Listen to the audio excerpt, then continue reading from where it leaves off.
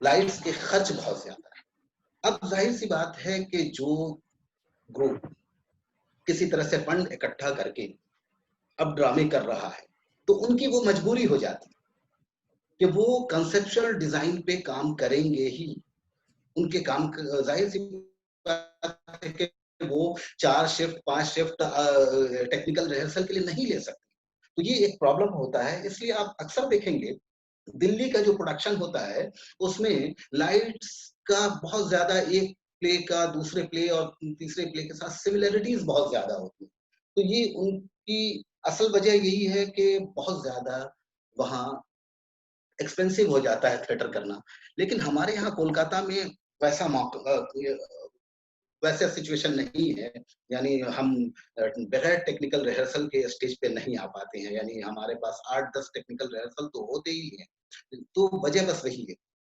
अब देखिए कलकत्ते का जो लाइट डिजाइन का तरीका है, या फिर दिल्ली में या बॉम्बे में दूसरी जगहों पे जो थिएटर में जो लाइट डिजाइन होता है, आप देखेंगे वहाँ के प्रोडक्शंस जो होते हैं, ज्यादातर वो लोग टॉप लाइट यूज करते हैं, ऊपर से लाइट यूज करते हैं।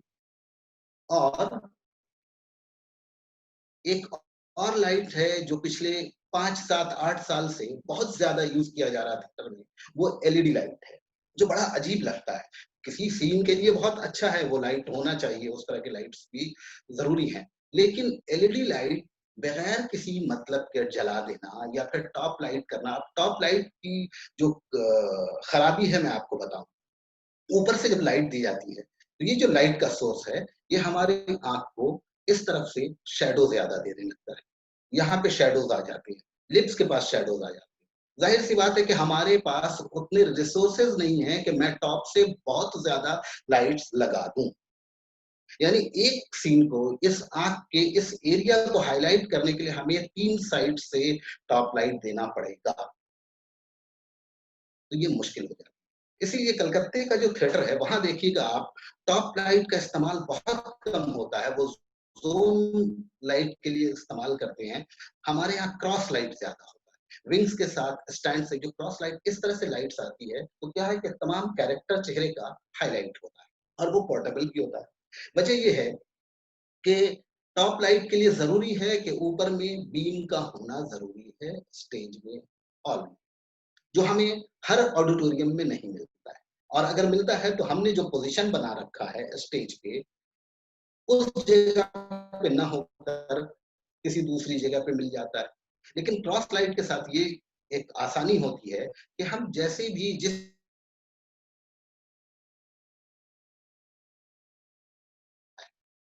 यानी उसको आप एक शहर से दूसरे शहर ले जाएं, कहीं भी आप ले जाएं उसे, वो जो प्रोडक्शन जो पहली बार बना है, जिस तरह से बनाया गया है, वो उसका जो इसेंस है वो हमेशा बरकरार रहता है। वजह यही।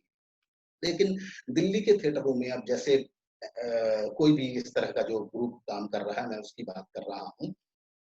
अब एनएसडी, चलिए वो तो टॉप लाइट बहुत यूज कर लेगा। अब जितने लाइट्स के इक्विपमेंट बढ़ेंगे, उतना ही आपका कंसोल बढ़ेगा, डीमर में उतने ही ये बढ़ेगा, इलेक्ट्रिक का सोर्स बढ़ेगा। अब इन तमाम चीजों का ख्याल अगर कोई रखेगा, तो वो काम सिर्फ डायरेक्टर का हो जाता है। एक जमाना था जब डायरेक्टर के लिए यानी कोई जगह ही नहीं थी थिएटर में। आज से 50 साल पहले, 60 साल पहले डायरेक्टर की कोई अहमियत नहीं थी। सिर्फ नाटककार होता था और अदाकार होता था। यानी थिएटर जो जिसने नाटक लिखा वो, और जो नाटक खेल रहा है एक्टर वो, और जो प्रोड्यूस कर रहा है, उसी की बात होती। और वो जैसा चाहता था, खासतौर पे प्रोड्यूसर, प्रोफेशनल थिएटर में जैसा हुआ करता था, पारसी थिएटर में आप लोग जानते ही होंगे कि वहां पे डायरेक्टर की कोई अहमियत नहीं रहती।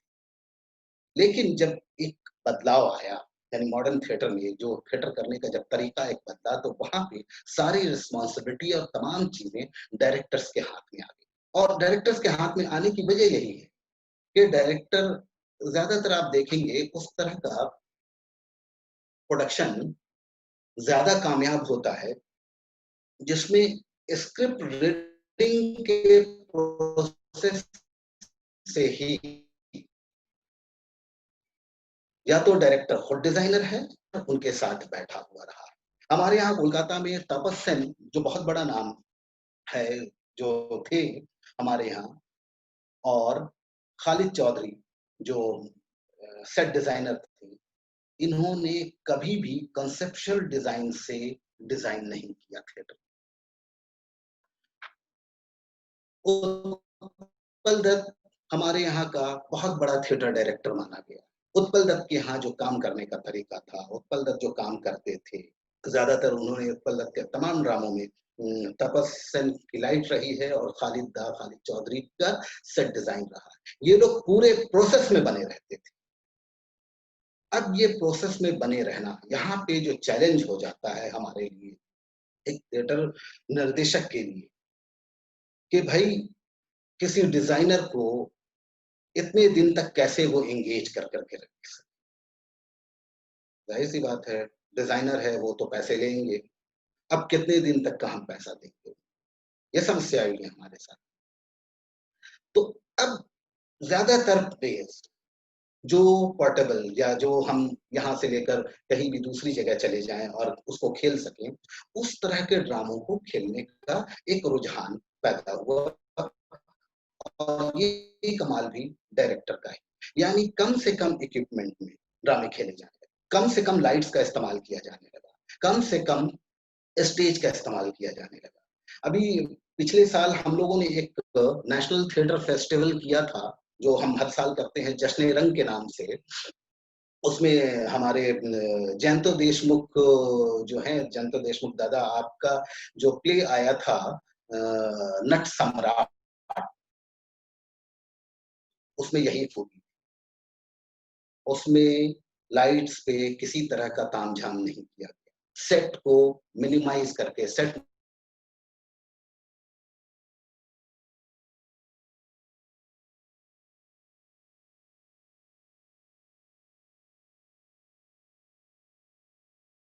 वो यही थी कि उस स्क्रिप्ट को इतने अच्छे ढंग से जो एक्टर, मेन एक्टर जो आलोक चैटर्जी जिसको प्ले कर रहे थे, उनके साथ लेकर जो सजाया था और एंट्री एग्ज़िट का जो ख़्याल रखा था। डायरेक्टर का सबसे बड़ा कमाल यही होता है कि वो एक्टर्स की एंट्री एग्ज़िट को किस तरह से तय करता है। विज़ुअल उसका किधर है? यानी एक कैरेक्टर मिडल विंग से आ रहा है या गेट विंग से आ रहा है या बिल्कुल पीछे वाले विंग से आ रहा है, किस साइड से आ रहा है कि उसका एक एंगल और प्रोफाइल बहुत प्रॉपर बने कि सामने वाला जो दूसरा एक्टर है, उसके आई लेवल से वो कहाँ पे मेल खा रहा है। यानी अगर हमारे पास एक एक्टर यहाँ पे है, एक यहाँ पे एक जैसे यहाँ पे एक एक्टर खड़ा हुआ है, तो हमारा प्रोफाइल यानी हमारे देखने का तरीका ऐसा क्या हो कि एक एक्टर जब देख रहा है तो ये उस चीज़ पे फ़ोकस हो रहा है। तो वो जो एंट्री अगर यहाँ से वो करता है, एक ये देखने का तरीका, इसी एंट्री को अगर हमने यहाँ से कर दिया, ये हमारा ये, एक एक्टर यहाँ से आया और हमें उसको देखना है, हमने देखा यूँ, वही एक्टर हमने उस एंट्री को वहाँ से ना करके यहाँ से कर दी, फिर हमने देखा यूँ। अब दोनों के देखने में एक चीज़ें बदल गई। अब यहाँ पे डायरेक्टर का काम शुरू होता है कि ये एक्टर की एंट्री कहाँ से दे कि ऑडियंस के लिए बहुत ज़्यादा मतलब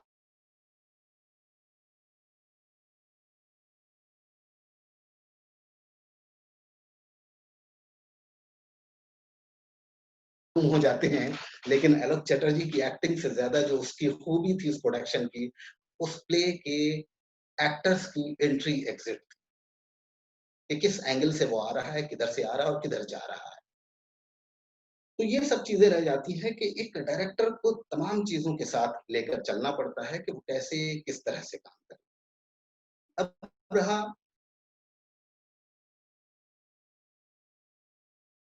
कि भई एक डायरेक्टर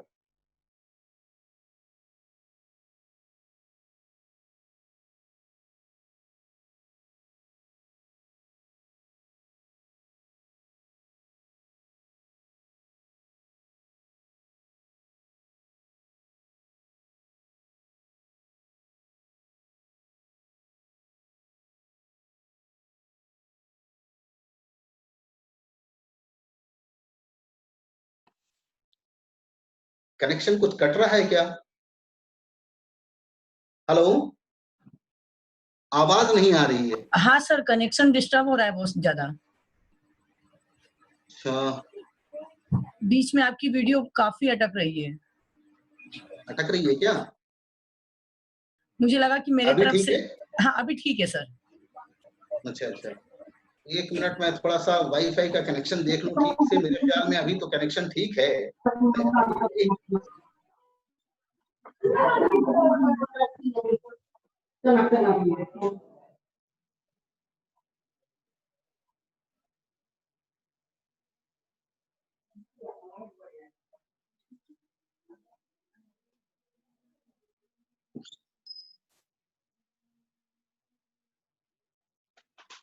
हेलो,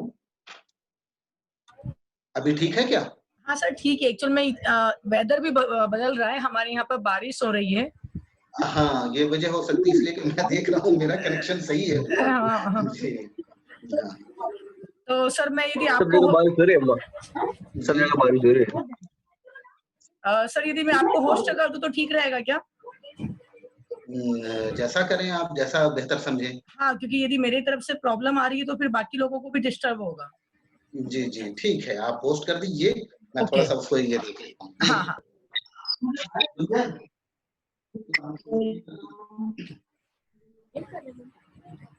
हाँ इधर आओ। हाँ सचिन, बोलो, तुम कुछ बोलना चाह रहे हो? ये होस्ट कर रही है। क्या करना है? नहीं नहीं, होस्ट कर रही है। मैं कर दूंगी सर, कुछ करने की जरूरत नहीं है, आप ऑटोमेटिक हो जाएगा, जी। कोई प्रॉब्लम नहीं है। जी, सचिन, तुम कुछ बोल रहे हो? No ma'am. आपने हैंड रेस किया तो कुछ बोलना है? अगर कोई कुछ पूछना चाहे तो प्लीज, वो उससे क्या होगा कि बातचीत आगे बढ़ेगी जरा। अब हो गया मैम, वो आईडी नेम था ना, मैं उसमें आ रहा था। सर मेरे ख्याल से बहुत प्रॉब्लम चल रही है कनेक्शन की। जी जी थोड़ा सा वाईफाई। चलिए, किसी को कुछ पूछना है तो पूछ सकते हाँ हैं। हाँ हाँ, प्लीज।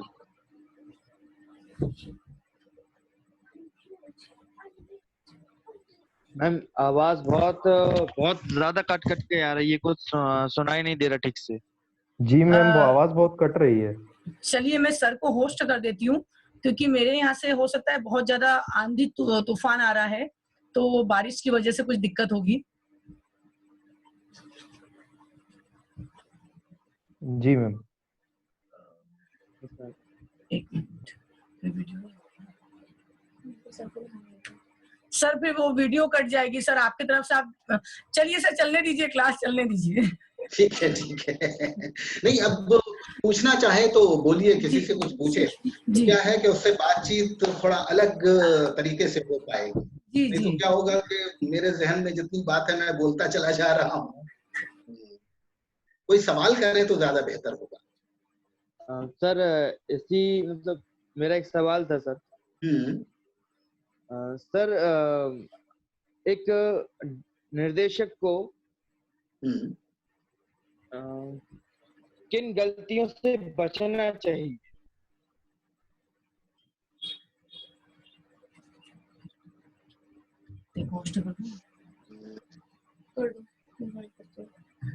हेलो सर, आवाज आ रही है? हाँ आ रही है ऋषभ, लेकिन सर की वीडियो अटक मेरा गई है। क्वेश्चन ये था कि एक हाँ हाँ, वो लेकिन सर नहीं सुन पा रहे, सर की वीडियो अटक गई है।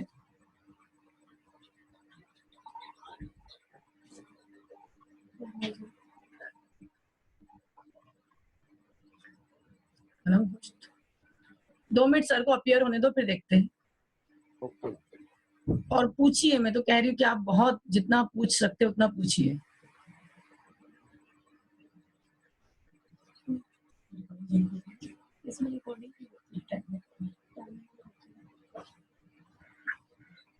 सर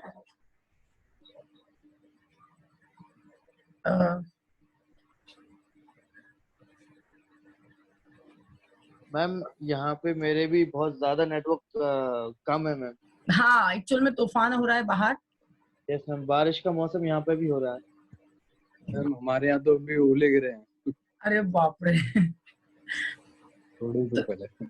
तो सर का कनेक्शन भी मेरे ख्याल से डिस्कनेक्ट हो गए सर।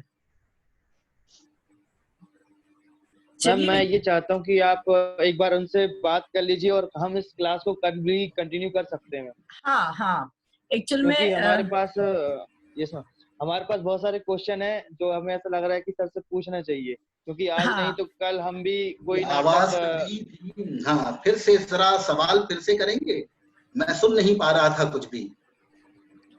ये सर मैं ये पूछना चाह रहा था कि हाँ एक हाँ।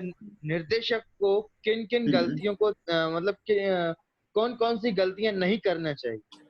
हाँ, देखिए, सबसे पहले एक निर्देशक को ईमानदार होना चाहिए, और एक सबसे बड़ी गलती जो ज्यादातर निर्देशक करते हैं, वो कभी नहीं करनी चाहिए कि किसी भी एक्टर को ह्यूमिलिएट नहीं करना चाहिए। अगर कोई निर्देशक किसी एक्टर को ह्यूमिलिएट करता है किसी भी कारण से, तो इसका मतलब है कि वो सही निर्देशक नहीं है, यानी वो डायरेक्टरशिप के बजाय डिक्टेटरशिप चलाना चाहता है। तो वैसा निर्देशक, उसको बिल्कुल भी निर्देशक होने के वो काबिल नहीं है। लेकिन ऐसी भी सूरत होती है कि कभी कभी कोई एक्टर इतना ज्यादा बदतमीज होता है कि उसके लिए डायरेक्टर को भी वो कदम उठाना पड़ जाता है। तो ऐसे भी सिचुएशन आते हैं। तो दोनों तरह सर की बात है, होता है लेकिन एक डायरेक्टर को जो आजकल के जो बच्चे हैं, नहीं मैं तो यहीं से एंट्री लूंगा, मुझे तो यहीं से एंट्री लेना है, आपको जो करना कर लीजिए। और सबसे बड़ी बात है कि एक निर्देशक को जो दूसरे पॉइंट ऑफ व्यू से मैं कह रहा हूं कि जो नहीं करना चाहिए, वो ये, किसी भी स्क्रिप्ट का गलत इंटरप्रिटेशन उस तरह से नहीं करना चाहिए जो कि अक्सर डायरेक्टर्स क्या कहेंगे उसको, एक एक्सपेरिमेंट के नाम पर कर जाते हैं। यानी स्क्रिप्ट कुछ और कह रहा है, हम उस स्क्रिप्ट के माध्यम से किसी एक क्लास को चोट पहुंचाने का काम भी कर जाते हैं। अब वो पॉलिटिकल नजरिया भी हो सकता है हमारा, या रिलीजियस नजरिया भी हो सकता है, या सोशल। यानी एक डायरेक्टर उसी स्क्रिप्ट पे कुछ ऐसी हरकत कर जाता है कि जिसका इम्पैक्ट ऑडियंस पर गलत पड़ता है।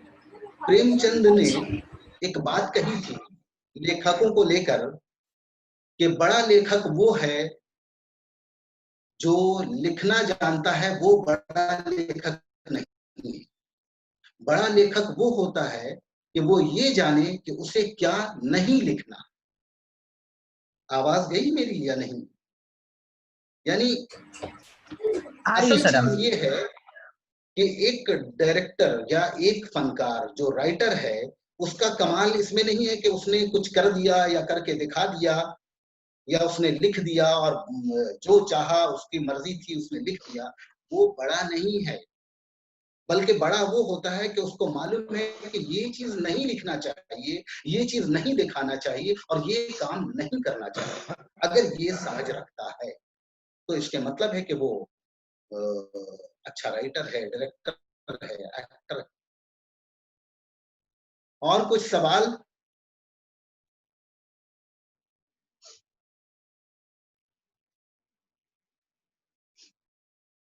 सर मैं नमस्कार करता हूं सर आपको। हेलो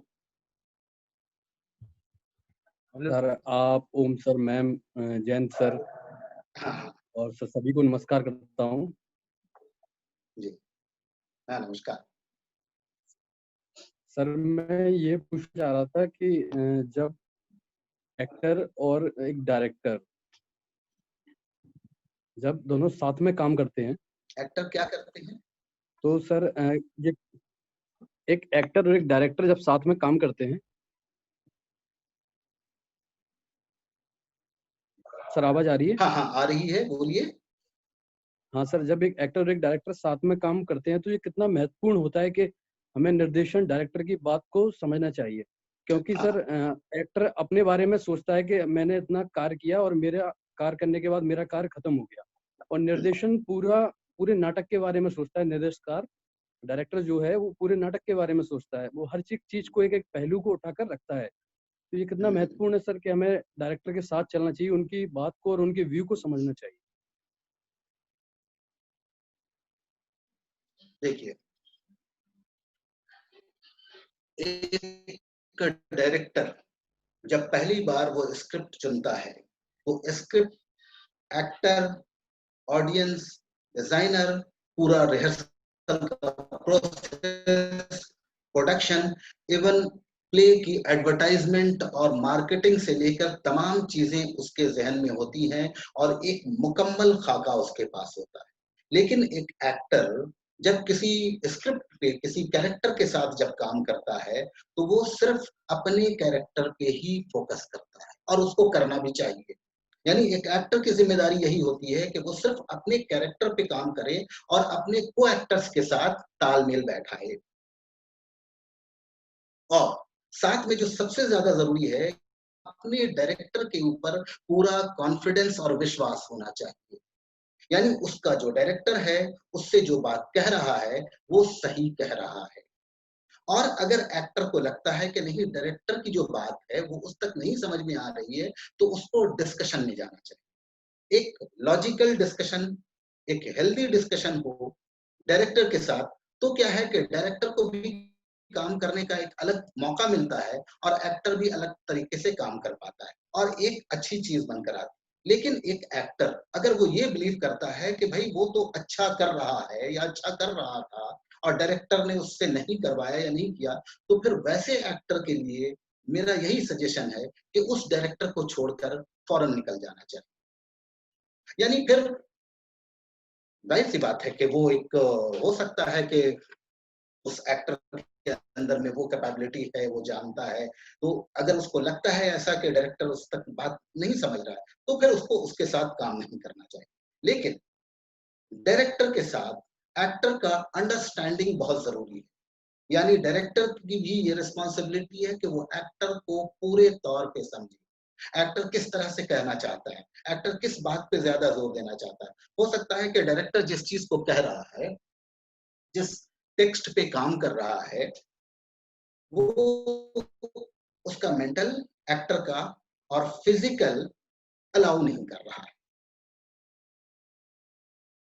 हो सकता है कि जिस आसानी के साथ हम ये हाथ ऐसे घुमा ले रहे हैं, हो सकता है उस एक्टर के लिए ये परेशानी हो कि वो उस तरह से नहीं घुमा सकता, उस तरह से नहीं ले सकता है। उसके एक्शन में कुछ थोड़ी सी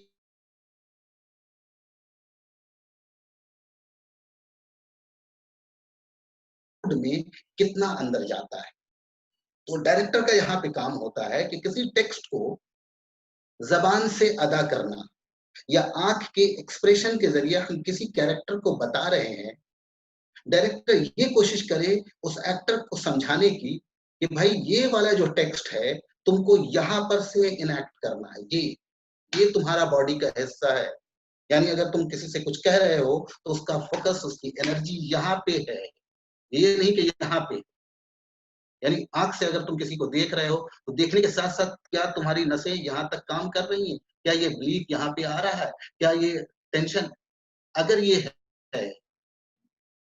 जाहिर सी बात है कि हम ज्यादातर एक्टिंग जो करते हैं सिर्फ डायलॉग डिलीवरी से या फिर आंखों को इधर उधर घुमाकर या फिर ये करके। लेकिन अगर हमारे अंदर अगर कुछ चल रहा है, हम उसको फील करके हैं, तो हमारे बदन का एक एक हिस्सा उस ढंग से काम करने लगता है। एक एक्टर बैक पोर्शन होकर खड़ा हुआ है, जाहिर सी बात है कि एक एक्टर है, वो सामने ऑडियंस में नहीं है, उसका ये है। अब उसका ये जो एरिया नजर आ रहा है तो वो किस एनर्जी से बैठेगा कि ये एरिया, यानी उसके कंधे का ये पिछला हिस्सा, सर का ये इलाका, ये जो है इसके जरिया उसके भाव को, उसकी एनर्जी को ऑडियंस तक फेंक सके। तो ये चीजें हैं कि एक्टर का काम होता है कि एक्टर उसको समझे और डायरेक्टर के साथ उस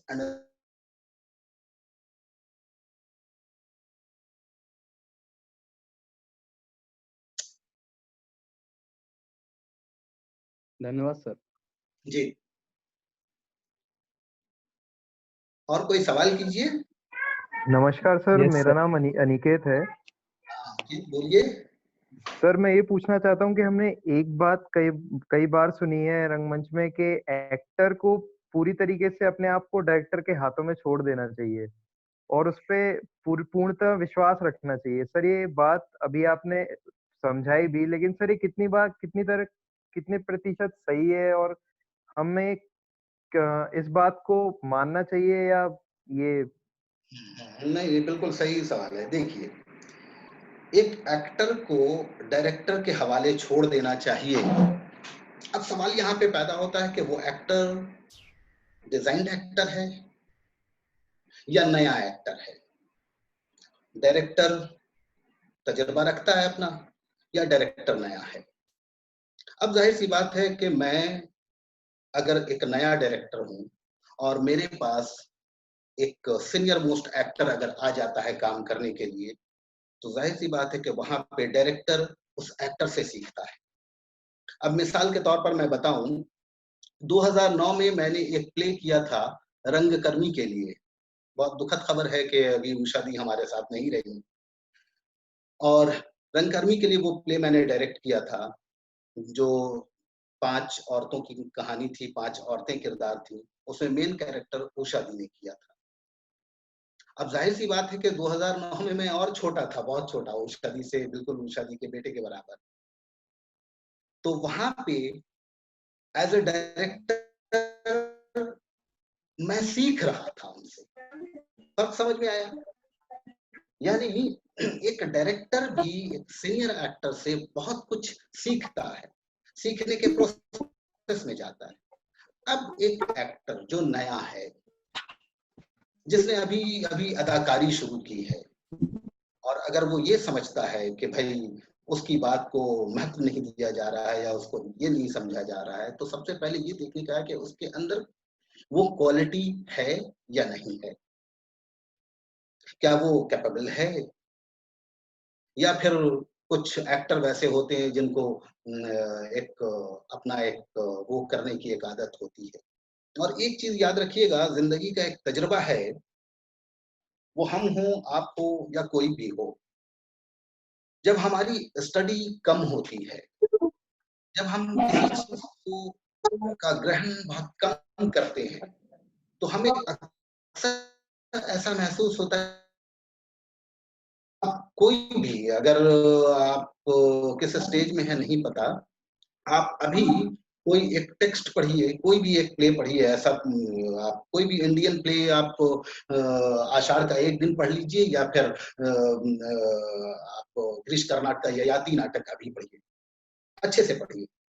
अगर आपकी उम्र कम है, तजुर्बा कम है, उसके बाद आप 10 बरस के बाद उसी स्क्रिप्ट को दोबारा पढ़िए, तो आपको पता चलेगा कि आपने 10 बरस पहले जो पढ़ा था, तो आपको लग रहा था कि अरे आप तो बहुत अच्छी तरह से इस स्क्रिप्ट को समझ गए। लेकिन 10 बरस बाद जब आप पढ़ेंगे तो आपको लगेगा अरे यार अभी तक मैं इस स्क्रिप्ट को मैं समझ नहीं पाया। तो वजह ये है कि आपका तजुर्बा बढ़ चुका है। आपने अपने आप को इतना एडुकेट कर लिया है कि अब लगता है कि नहीं, बहुत सारी चीजें छूट रही हैं। बहुत सारी चीजें ऐसी हैं कि जो हमारी मालूमात से बाहर है। तो ये तजुर्बे से होता है। लेकिन उस तरह का एक्टर जो नया है, जो अभी जिसके पास एक्सपीरियंस नहीं है, और वो डायरेक्टर के साथ अगर उसका मेल नहीं बैठता है, और डायरेक्टर अगर तजुर्बाकार है, तो इसका मतलब है कि उस एक्टर की नादानी है, उसके अंदर में मैच्योरिटी की कमी है। ये वजह होती धन्यवाद सर। है। हाँ जी, आवाज फिल्म आदित्य। Yes sir. जी सर, मेरा क्वेश्चन ये है कि एक फिल्म निर्देशक और एक थिएटर के निर्देशक, दोनों की प्रक्रिया में क्या अंतर होता है निर्देशन की? उनकी क्या क्या अरे समानताएं हैं? ये तो आप जयंतो देशमुख भाई से पूछिए, वो बैठे हुए हैं, वो जी ज्यादा सर, ये सही बता पाएंगे फिल्म का निर्देशक और थिएटर का निर्देशक। ये देखिए बहुत जी, ये ये क्वेश्चन के लिए सवाल सर का जवाब तो देशमुख भाई देंगे। जी, खैर जो भी, जहां तक मैं समझता हूँ कि देखिए, जी सर। कि थिएटर का डायरेक्टर जो होता है उसकी नजर तमाम चीजों पे होती है, यानी वो तमाम चीजों की जिम्मेदारी के बोझ में दबा होता है। उसके अभी जो जिस तरह के थिएटर हम लोग करते हैं या जैसे ग्रुप्स चल रहे हैं, उसके पास ये तक टेंशन होता है यार एक्टर टाइम पर आएगा या नहीं, ये एक्टर पूरे प्रोसेस तक रहेगा या रिहर्सल के बीच में ही प्रोडक्शन छोड़कर भाग जाएगा। तो ये तक टेंशन उसके पास होता है पूरे उस काम करने। लेकिन फिल्म के डायरेक्टर के पास वो कोई जिम्मेदारी नहीं होती, वो सिर्फ कैमरा के पास होता है और शूट शुरू करवाता है। वो सिर्फ उस वक्त जो प्रेजेंट हो रहा है उसको देखता है और उसके जहन में वही होता है कि ये कैमरा की आंखें इसकी अदाकारी को सही से देख पाई या नहीं देख पाई। यानी एक फिल्म का निर्देशक वो सिर्फ कैमरा की आंख से उस पूरे सिचुएशन को देखता है, यानी सिर्फ एक आंख होती है कैमरे की, उससे वो अदाकारी को देखता है। लेकिन जो डायरेक्टर है थिएटर का, वो बहुत सारी आंखों से एक एक्टर की अदाकारी को देखता है और फिर फिक्स करता है। उसे मालूम है कि ये एक्टर यहाँ पे खड़ा है तो उसको देखने वाली ऑडियंस एक वहां पे है, एक यहाँ पे है, एक वहां पे है, यानी कई जगहों पर ऑडियंस है। तो वो तमाम आंख का इस्तेमाल करता है उस वक्त निर्देशन देते वक्त। ये बस एक बड़ा डिफरेंस है जो मुझे लगता है। जी sir, thank you sir. Sir नमस्ते सर।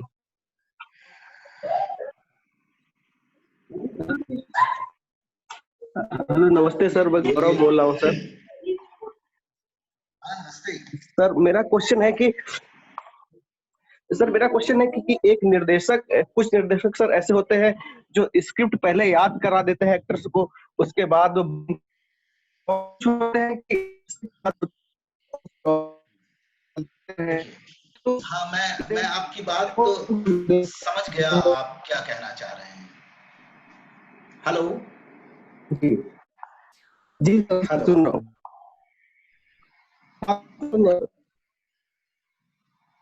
हेलो, हाँ सुन रहा हूँ, आवाज आ रही है? आ रही सर, आवाज आ रही। हाँ, आवाज आ रही है। जी जैसा कि अभी आपका सवाल था कि एक निर्देशक वैसा होता है कि पहले स्क्रिप्ट याद करवा देते हैं।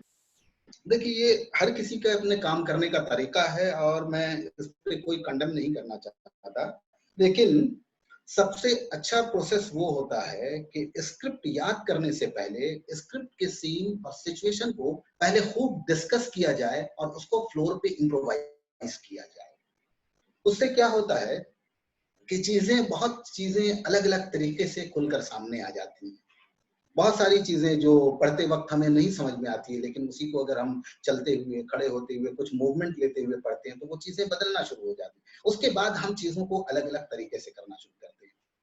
यानी अगर हम ये कहें कि पूरे स्क्रिप्ट को कुछ दिन तक, यानी 5-7 दिन तक सिर्फ हम हर सिचुएशन को इम्प्रोवाइज करते हुए चले जाएं तमाम उसको, उसके बाद फिर एक फ्लोर स्क्रिप्ट रीडिंग में आए बगैर किसी थिएट्रिकल भाव के साथ, यानी एक हल्का सा एक डिक्शन के साथ उस स्क्रिप्ट को हम पढ़ें, उसके बाद स्क्रिप्ट को डिस्कस करें, फिर उसके बाद उसी स्क्रिप्ट को अलग अलग सिचुएशन को लेकर इम्प्रोवाइज करें, फिर उसके बाद 2-3 दिन के बाद फिर स्क्रिप्ट रीडिंग में आए और फुल पावर और एनर्जी के साथ रीडिंग करें स्क्रिप्ट। उसके बाद फिर आप प्रोसेस में जाए, कास्टिंग के प्रोसेस में उसके बाद जाए कि किसको क्या कैरेक्टर मिलना चाहिए। और जब कैरेक्टर मिल जाता है तो फिर उसके बाद एक्टर की जिम्मेदारी है कि वो जितनी जल्दी हो सके वो स्क्रिप्ट को याद करे। जी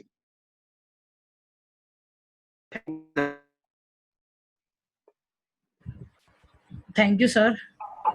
जी थोड़ा सा नेटवर्क हमको परेशान कर रहा है। वो थोड़ा सा है। सर हमारे पास 2.5 मिनट बचा है, तो मैं चाहूंगी कि हम जी औपचारिक बातें करें और यदि आप किसी से बात करना चाहे तो आप करिए। जी वो हमारे देशमुख साहब और ओम भाई हैं और एक और साहब थे, उनसे भी वसंत बात सर, करना चाहूंगा। वसंत सर। वसंत साहब, हाँ हाँ हाँ, वसंत साहब, आप तीनों से बातचीत करना चाहूंगा। जी अजहर भाई, वसंत बोलो। जी हाँ ओम भाई बोलिए। आपने तो सब कुछ कह दिया। मैं जो मूल चीज है कि एक निर्देशक और अभिनेता का रिश्ता कैसा होना चाहिए, मैं मेरा एक छोटा सा जो ऑन द फ्लोर मैंने देखा है, बच्चों की तरफ से ही है वो सवाल। जी बहुत बार क्या होता है कि एक्टर परेशान हो जाता है, कर नहीं पाता है, तो उस वक्त डायरेक्टर को क्या करे, वो उसको कैसे मोटिवेट करे, या तो उसको छोड़ के दूसरा अल्टरनेट ले ले। मेरा अपना मानना है कि उसको मोटिवेट करके, तो ये इस तरीके में किस तरह से आप काम करते हैं, मतलब परेशान होते हैं हम। हाँ हाँ, वो तो ओम भाई आपका अपना भी तजुर्बा रहा है, ये बात आप भी बता सकते हैं उन बच्चों को। मेरे ख्याल में एक्टर को मोटिवेट ही करना चाहिए और एक लेवल तक जरूर जाना चाहिए, यानी वो तमाम तरीके, खास तौर पर कोई कैरेक्टर है उसके पूरे बैकग्राउंड को समझाते हुए। अब जाहिर सी बात है कि अगर किसी ऐसे कैरेक्टर को ऐसे एक्टर के हाथ में दे दिया जो उसका कैपेबल नहीं है, या फिर हो सकता है कि वो उससे ज्यादा अच्छा कुछ दूसरा कैरेक्टर कर सकता था, अगर डायरेक्टर का सिलेक्शन वहां पे गलत हुआ है कास्टिंग करते वक्त में, तो ये परेशानी प्रोडक्शन तक रहेगी, इसको आप नहीं कर सकते। लेकिन डायरेक्टर की पूरी जिम्मेदारी बनती है कि वो हर लिहाज पर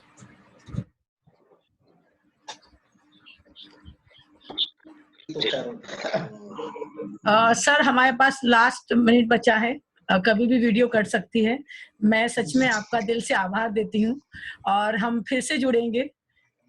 जो बातें अधूरी रह गई है वो फिर होगी। नमस्कार जी, थैंक यू सर। नमस्कार, बोलिए कैसे हैं आप? ठीक है ठीक है जी जी जी। थैंक यू सर, मैम, सभी sir, thank you. Okay, thank you. अब वेरी मच। आप औपचारिक बात कर सकते हैं जब तक आपकी वीडियो नहीं कट जाए। जी हाँ।